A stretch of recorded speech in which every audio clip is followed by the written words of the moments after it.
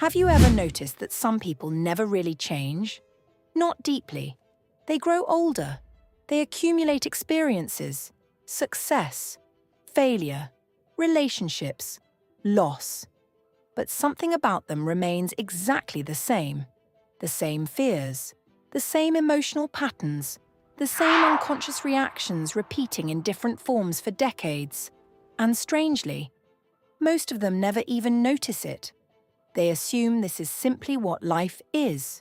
Wake up, react, distract yourself, repeat. But ancient traditions believed something unsettling, that human beings exist in different levels of consciousness. Not intelligence, not status, not knowledge. Perception. Different ways of experiencing reality itself. And according to these traditions, most people never move beyond the first level. Not because they cannot, but because awakening comes with a cost. The moment you begin to truly see yourself, your illusions begin to collapse. And most people would rather protect their illusions than face what they really are. Most people believe consciousness is automatic. If they can think, if they can speak, if they can function in society, they assume they are fully awake. But functioning and awakening are not the same thing. A person can spend an entire lifetime operating almost mechanically, repeating emotional cycles they never examine, following desires they never chose consciously, defending identities they never intentionally created. And because this condition is normal, it becomes invisible. That is the real danger. The first level of consciousness is not stupidity. It is unconscious repetition, the inability to see the patterns controlling your life while you are inside them. And once you begin noticing this, you start seeing it everywhere. In conversations, in relationships, in the strange predictability of human behavior. Someone says they want peace, yet continuously create chaos around themselves. Someone says they want love, yet destroy every relationship that asks them to be vulnerable. Someone says they want freedom, yet organize their entire life around comfort and distraction. The contradiction becomes impossible to ignore. But most people never question the contradiction, because questioning it would force them to confront something deeply uncomfortable, the possibility that they are not fully in control of themselves. Ancient traditions describe this state in different ways. Some called it sleep, others called it illusion. In psychology, it often appears as conditioning. Automatic behaviors shaped by childhood, fear, trauma, social imitation, reward systems, and unconscious survival mechanisms. But regardless of the language used, the pattern remains remarkably similar. Human beings become trapped inside identities they mistake for themselves. And after enough years, the performance starts feeling real. You see this especially in modern life. People wake up already overstimulated. Notifications, news, entertainment, noise, every moment filled, every silence interrupted before self-awareness can emerge. Because silence changes things. When external stimulation disappears, people begin noticing what was always there underneath. Restlessness, compulsion, loneliness, fear, a strange inner fragmentation that daily distraction usually keeps hidden. This is why many people are uncomfortable being truly alone. Not physically alone, psychologically alone, without noise, without stimulation, without escape. Because in those moments, something begins surfacing. And sometimes what surfaces is not peaceful at all. It is the realization that much of human life is lived automatically, not consciously chosen, but inherited. Inherited beliefs, inherited fears, inherited ambitions, inherited definitions of success, masculinity, femininity, beauty, status, purpose. People spend decades pursuing goals they never consciously examined, and society rewards this unconsciousness constantly. The distracted person is easier to control. The compulsive person is easier to manipulate. The emotionally reactive person is easier to predict. A human being who never questions themselves becomes highly functional, but deeply asleep. And this sleep can become incredibly sophisticated. Some people hide it behind achievement, others behind spirituality, others behind intelligence. But unconsciousness does not disappear simply because someone becomes educated or successful. Sometimes success deepens the illusion, because external validation can make a person feel psychologically complete, while internally remaining fragmented. This is why certain people seem to repeat the same suffering endlessly. Different faces, different places, different years, the same patterns, again and again. And eventually you begin realizing something unsettling. Most people are not living consciously enough to change. They are reacting, looping, defending, escaping, performing versions of themselves they became attached to long ago. And the strange part is, many of them will continue doing this until the end of their lives without ever fully seeing it. Because the first level of consciousness is not merely ignorance, it is identification. The complete fusion between the self and the unconscious pattern controlling it. And breaking that fusion is where awakening truly begins. At a certain point, unconsciousness evolves. It becomes more sophisticated. The person is no longer simply surviving. Now they are chasing recognition, status, desire, validation, attention. And modern society is built almost entirely around keeping this hunger alive. You can see it everywhere. People constantly trying to become someone, more attractive, more admired, more successful, more visible, more desired, as if fulfillment always exists one achievement further ahead. And for brief moments, it works. A new relationship, a new purchase, a promotion, more followers, more money, a temporary emotional high appears, then fades. And the cycle begins again. Because unconscious desire has no natural ending, it feeds on psychological emptiness. The deeper the inner fragmentation, the stronger the external hunger becomes. This is why some people cannot stop consuming. Not only products, experiences, attention, stimulation, approval. They are trying to fill something they do not fully understand. And most of the time, society encourages them to continue. Consume more, achieve more, upgrade yourself endlessly. But very few people stop long enough to ask a dangerous question. What if the hunger itself is the trap? Ancient traditions warned about this constantly, not because desire is evil, but because unconscious desire slowly begins controlling perception itself. A person no longer sees reality clearly. They see reality through craving, through fear, through comparison, through ego. And once this happens, life becomes deeply distorted. Other people stop being human beings. They become competition, validation, fantasy, threat, utility. Even love can become unconscious.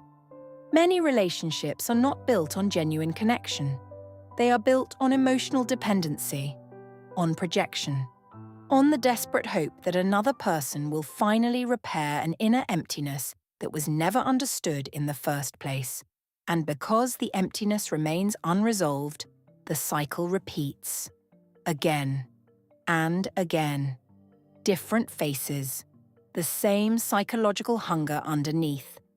This is why external success often fails to transform people.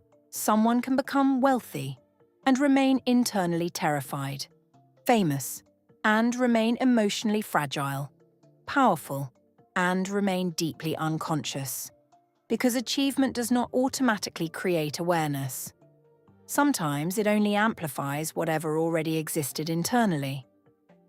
If a person is driven by insecurity, success may magnify the insecurity. If a person is driven by emptiness, success may magnify the emptiness. And this creates one of the strangest contradictions of modern life.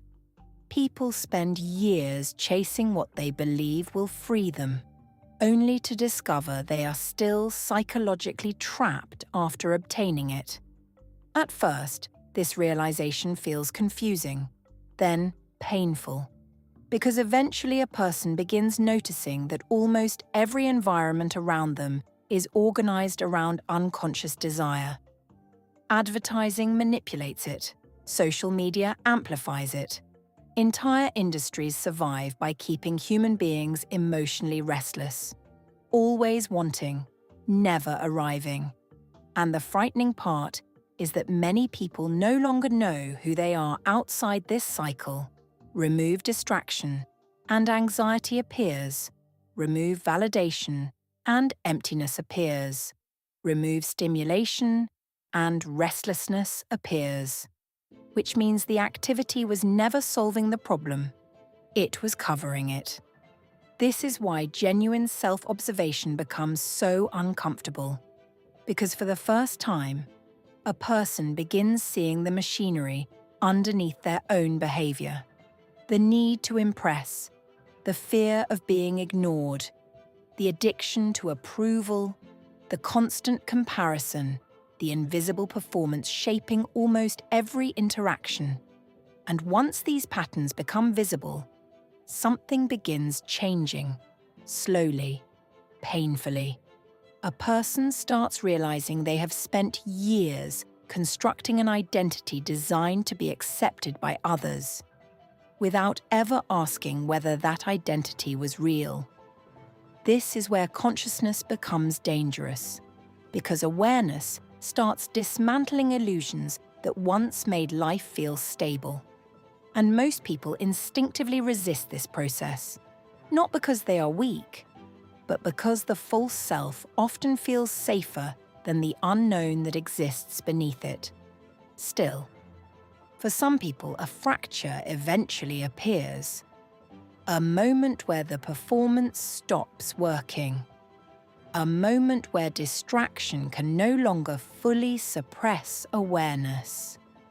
And when that moment arrives, the next level of consciousness begins. For some people, awakening does not begin with wisdom. It begins with collapse. Not always dramatic collapse. Sometimes the outside of life still looks completely normal. The career continues, the routines continue, the conversations continue. But internally, something starts breaking apart.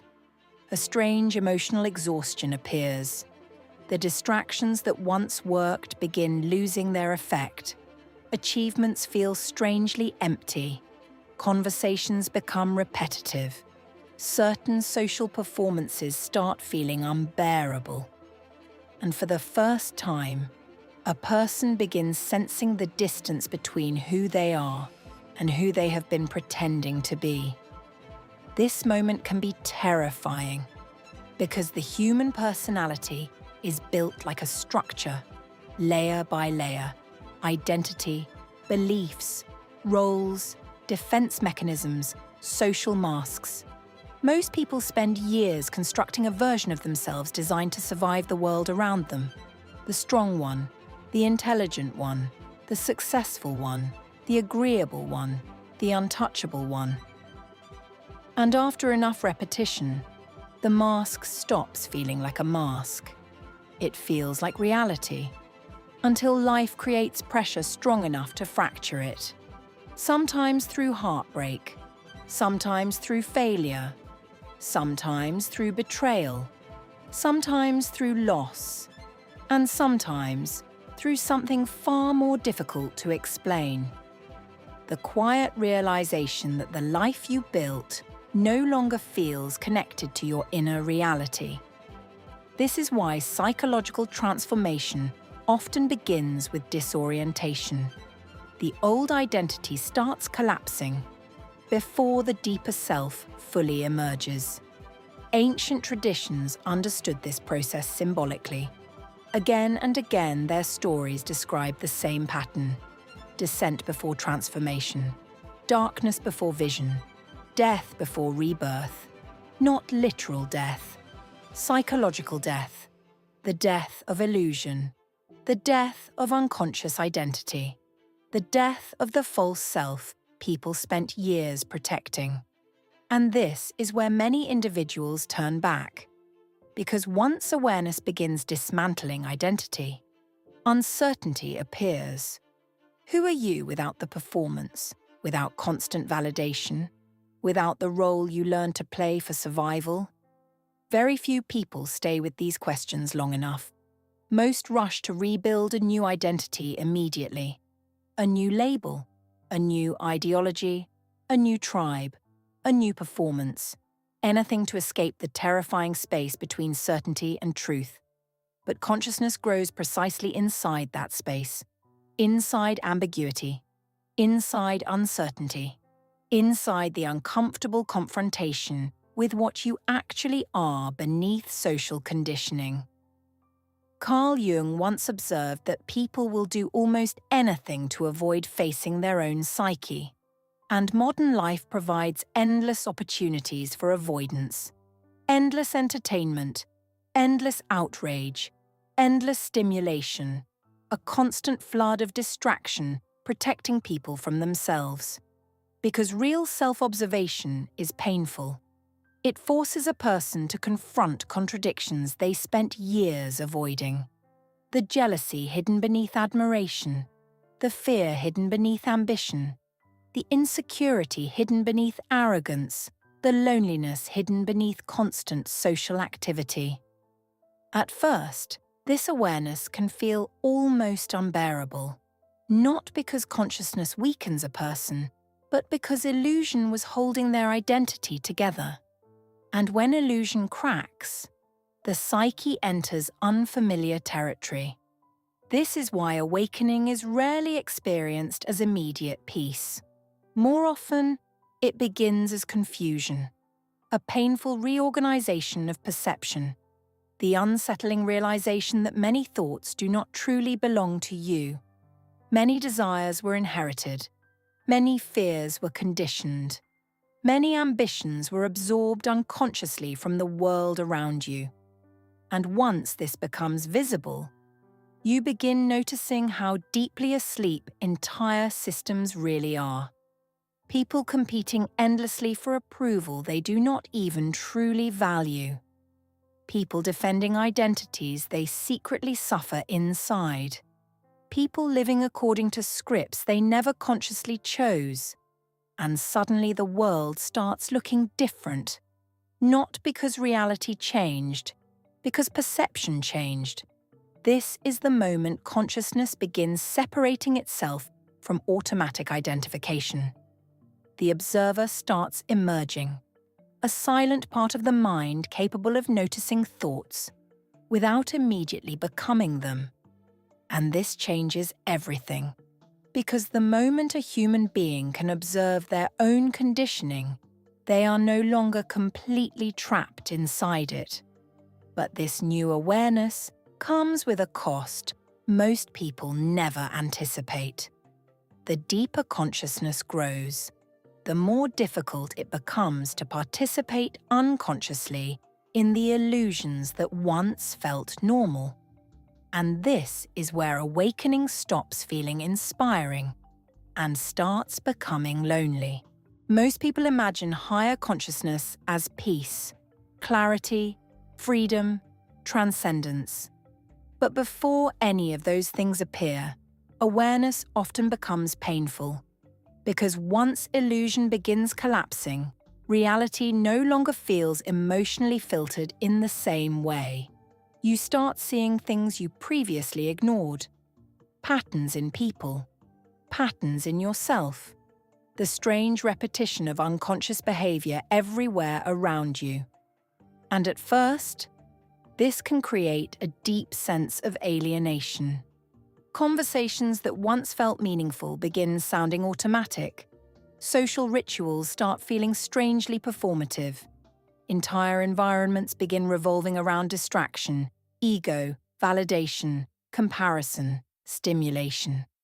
And the hardest part is, you realize you participated in those same patterns for most of your life. This is why genuine awakening almost always includes grief. Not only grief for the world, grief for yourself, for the years spent disconnected from your own consciousness, for the false identities you defended, for the unconscious behaviors that hurt people, for the parts of yourself you abandoned in order to be accepted. And unlike emotional entertainment or temporary inspiration, this process cannot be rushed, because awareness moves slowly through the psyche, layer by layer, defense by defense, illusion by illusion. Carl Jung believed that one of the greatest psychological dangers is projection, the tendency to reject parts of ourselves by projecting them onto other people. Traits we secretly carry inside ourselves become unbearable when we see them reflected externally. Arrogance, neediness, manipulation, cowardice, vanity, envy. The unconscious mind protects its self-image at all costs. So instead of confronting these qualities internally, people attack them externally. And this is why unconsciousness spreads so easily through groups. Because people who refuse to face themselves become emotionally possessed by what they deny. The more unconscious a person becomes, the more reactive they often become as well. Small disagreements feel threatening. Different perspectives feel dangerous. Criticism feels unbearable. Because unconscious identity survives through constant psychological defense. And once a human being becomes completely identified with an image of themselves, anything that threatens that image begins feeling like an attack on survival itself. This is why consciousness changes relationships so dramatically. Not because awakened people become superior, but because they begin noticing dynamics they previously participated in unconsciously. Manipulation, emotional dependency, social performance, power games hidden beneath politeness, validation disguised as love. And once these patterns become visible, it becomes difficult to fully participate in them again without feeling internally divided. This is where many people experience profound loneliness for the first time. Not physical loneliness, existential loneliness. The realization that awareness separates you from certain forms of unconscious belonging. You begin feeling disconnected from environments that once felt normal. Certain conversations exhaust you. Certain ambitions stop making sense. Certain social structures begin feeling strangely hollow. And for a while, this stage can feel deeply confusing, because consciousness dismantles illusion faster than it builds meaning. The old identity is collapsing, but the deeper self has not fully stabilized yet. So a person enters a strange psychological threshold, no longer asleep, not yet fully awake, and this in-between state can feel unbearably fragile. Ancient traditions often describe this stage symbolically as wandering through darkness, not punishment, transformation, because before perception expands, the psyche must confront itself without distraction, without performance, without illusion. And very few people willingly choose this process. Most retreat back into stimulation, back into noise, back into identity. back into unconscious repetition. Because awakening demands something the ego fears deeply: the surrender of certainty. But for those who continue, something remarkable slowly begins happening.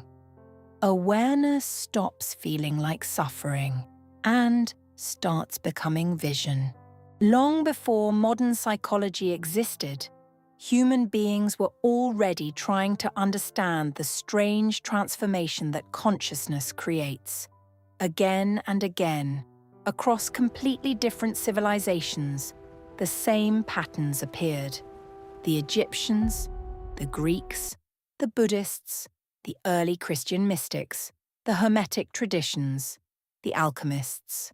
Different symbols, different languages, different myths. Yet, beneath all of them, a remarkably similar idea emerged. Most human beings live trapped inside a limited perception of reality, and transformation requires the death of that limitation. This is why ancient wisdom traditions rarely described awakening as comfort. More often, they described it as initiation, a passage through psychological darkness, a confrontation with illusion, a descent into parts of the self most people spend their lives avoiding. The ancient alchemists expressed this symbolically through the process of turning lead into gold. But psychologically, the symbolism was much deeper than material transformation. Lead represented unconsciousness, density, compulsion, the heavy mechanical state of the unexamined self. Gold represented integration, awareness, inner coherence, not perfection, consciousness. And what is fascinating is that modern psychology unknowingly rediscovered many of these same ideas centuries later. Carl Jung became deeply interested in alchemy precisely because he recognized its psychological symbolism. The old texts were not merely describing mystical rituals. They were describing inner transformation, the fragmentation of the self, the confrontation with the shadow, the painful integration required for psychological wholeness. And perhaps this explains why certain ancient stories continue affecting human beings so deeply even today. Because they are not simply stories, they are symbolic maps of consciousness itself. Again and again, the same archetypal journey appears: a person living unconsciously, a fracture, a descent, a confrontation with darkness, a transformation, a return with deeper vision. This structure appears so universally that it becomes difficult to dismiss as coincidence. Even modern films unconsciously repeat it, because something inside human beings recognizes the pattern instinctively. The hero entering the unknown, the old identity collapsing, the painful transition between who someone was and who they are becoming. But modern culture often strips these stories of their psychological depth. Transformation becomes entertainment. Awakening becomes branding. Ancient symbols become aesthetic decoration, disconnected from inner reality. And this creates a strange contradiction. Humanity has never had more access to information. Yet many people feel more psychologically fragmented than ever.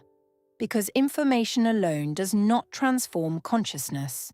A person can memorize philosophy without becoming aware, study spirituality without confronting themselves, learn psychological language without changing internally at all.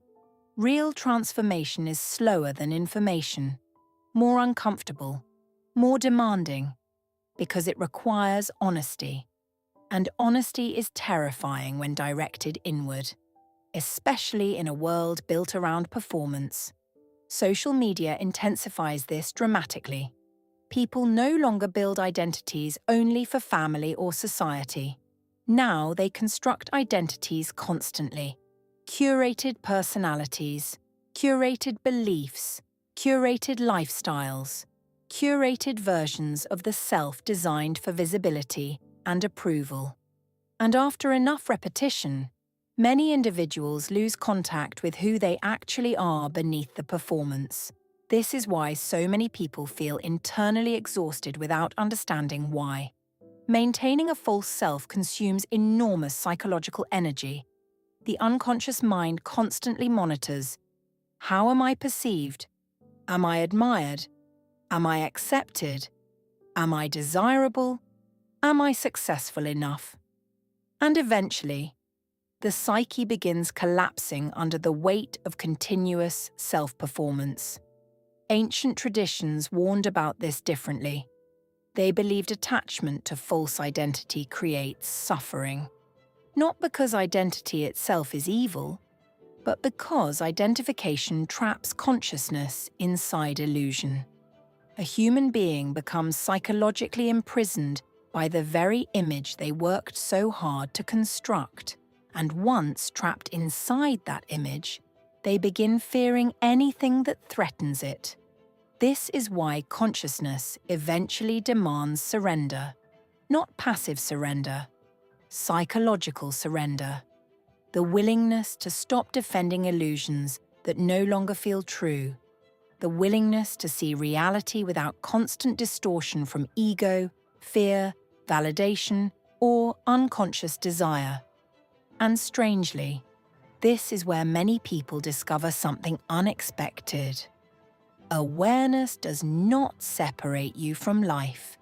It reconnects you to it. For the first time, you begin seeing without constantly filtering reality through performance. And slowly, the world starts feeling real again. But there is still one final illusion most people never fully confront: the illusion of the self itself. At first, this sounds abstract, philosophical, almost distant from ordinary life. But the deeper consciousness develops, the stranger the experience of identity becomes, because eventually a person begins noticing something unsettling. Thoughts appear on their own, emotions appear on their own, impulses appear on their own, fear appears, desire appears, memory appears, and most of it happens before conscious choice ever enters the picture. This realization changes everything, because for most of human life, people assume they are the voice inside their heads, the constant internal narrator, the endless stream of opinions, reactions, anxieties, fantasies, judgments, and emotional commentary. But ancient traditions repeatedly pointed toward a different possibility: that awareness itself exists beneath thought, watching, observing, silent. And once someone experiences this directly, even briefly, their relationship with consciousness changes forever. This is why practices like meditation existed across so many civilizations, not as relaxation techniques, as tools for observation, ways of separating awareness from automatic identification. For a moment, a person stops becoming every thought that enters the mind and begins observing the mind itself.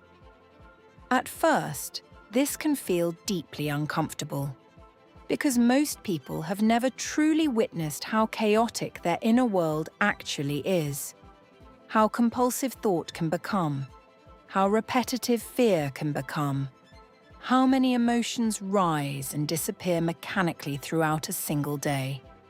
And yet, beneath all that movement, something remains strangely still, a quieter form of awareness, one that does not constantly need validation, or performance, or comparison. This is why many ancient traditions believed awakening was not about becoming something new, but remembering something deeper that had been buried beneath conditioning, not creating awareness, removing distortion.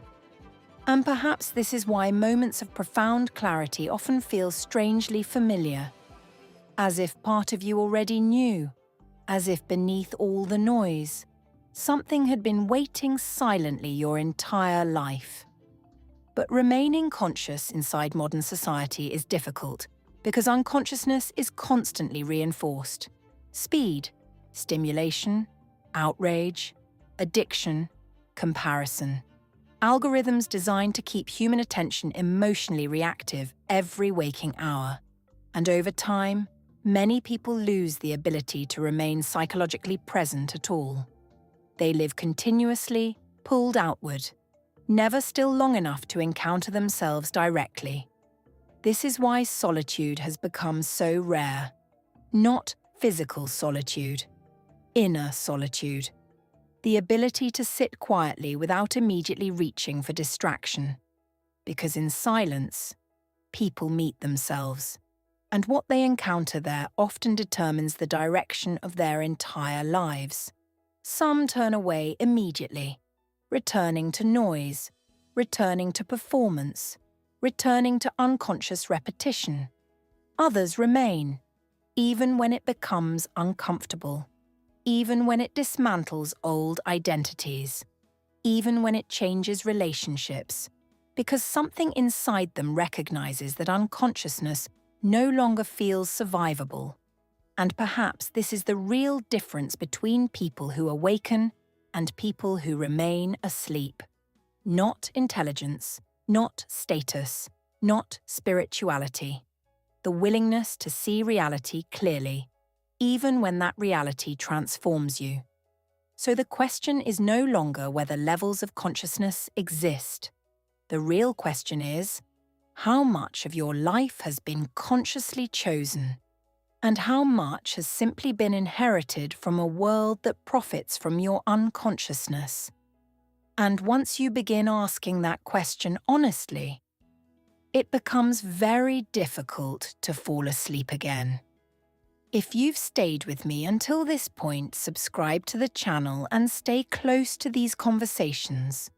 Not because this channel has answers for everything, but because very few places still encourage people to question themselves deeply. And before you leave, ask yourself something carefully tonight. What parts of your life genuinely feel conscious? And what parts still feel automatic? And maybe that is the strangest part of consciousness. The deeper it grows, the less certain you become about who you thought you were. At first, people imagine awakening as the discovery of answers. But often, it begins with the collapse of false certainty. You stop seeing yourself as a fixed identity and start seeing yourself as a process, a constantly shifting movement of memory, conditioning, fear, desire, attention, and awareness. And this realization changes the way you see everyone else too. You begin understanding why human beings contradict themselves so often, why people sabotage what they love, why they repeat destructive patterns, why entire societies drift toward distraction even while claiming to search for meaning. Because unconsciousness is not evil. It is inertia, a psychological gravity pulling human beings back toward familiarity, comfort, repetition, and sleep. And escaping that gravity requires enormous honesty. Not performance, not intelligence, not spiritual language. Honesty. The willingness to observe yourself without immediately defending what you see. Most people never reach this point, not because they are incapable of consciousness, but because they become exhausted protecting identities that no longer feel real. And eventually many choose comfort over awareness, because awareness changes things. It changes relationships, ambitions, conversations, desires, the things you tolerate, the things you can no longer tolerate. It changes the way you experience silence, the way you experience time, even the way you experience yourself. And perhaps this is why so many ancient traditions described awakening symbolically as death and rebirth. Because from the outside, the person may appear the same, but internally, their perception of reality has fundamentally changed. And once perception changes deeply enough, life itself begins feeling different. Not necessarily easier, not constantly peaceful, but more real, more direct, less filtered through unconscious performance, less controlled by automatic fear. And maybe this is why genuinely conscious people often seem quieter, more observant, less reactive, not because they became emotionally numb, but because they no longer feel compelled to unconsciously merge with every passing thought or emotion. They learn to observe, to pause, to remain present long enough to see clearly before reacting mechanically. And in a world built to keep human beings distracted, that alone becomes a radical act. But there is something important to understand. Awakening is not a finish line. Consciousness is not a permanent state someone achieves once and keeps forever. Human beings drift constantly. Attention drifts. Awareness drifts. The unconscious always attempts to reclaim control through distraction, ego, fear, routine, stimulation. Which means consciousness is less like arriving somewhere and more like continuously remembering. Remembering to observe, remembering to question, remembering to remain present, again and again and again. Perhaps that is why ancient wisdom never truly disappears, because every generation eventually rediscovers the same truth. A human being can gain the world and still remain deeply unconscious, and a person can lose almost everything, yet finally begin seeing clearly for the first time. So maybe the real divide between people is not intelligence, or success, or power. Maybe the deepest divide is whether someone is willing to confront themselves honestly before life forces them to. And if there is one thing worth remembering after this conversation, it is this. Most people never leave the first level of consciousness because unconsciousness feels familiar, predictable, safe. But the moment you begin questioning the patterns shaping your life, the moment you begin observing instead of merely reacting, something changes permanently. You start becoming difficult to manipulate, difficult to control, difficult to deceive, because awareness breaks unconscious identification. And once a person truly sees the machinery beneath their own mind, they can never fully return to sleep again. If this video resonated with you, subscribe to the channel and share it with someone who has also started questioning the nature of consciousness. Then leave a comment below. At what moment in your life did you realize you were no longer seeing the world the same way as before?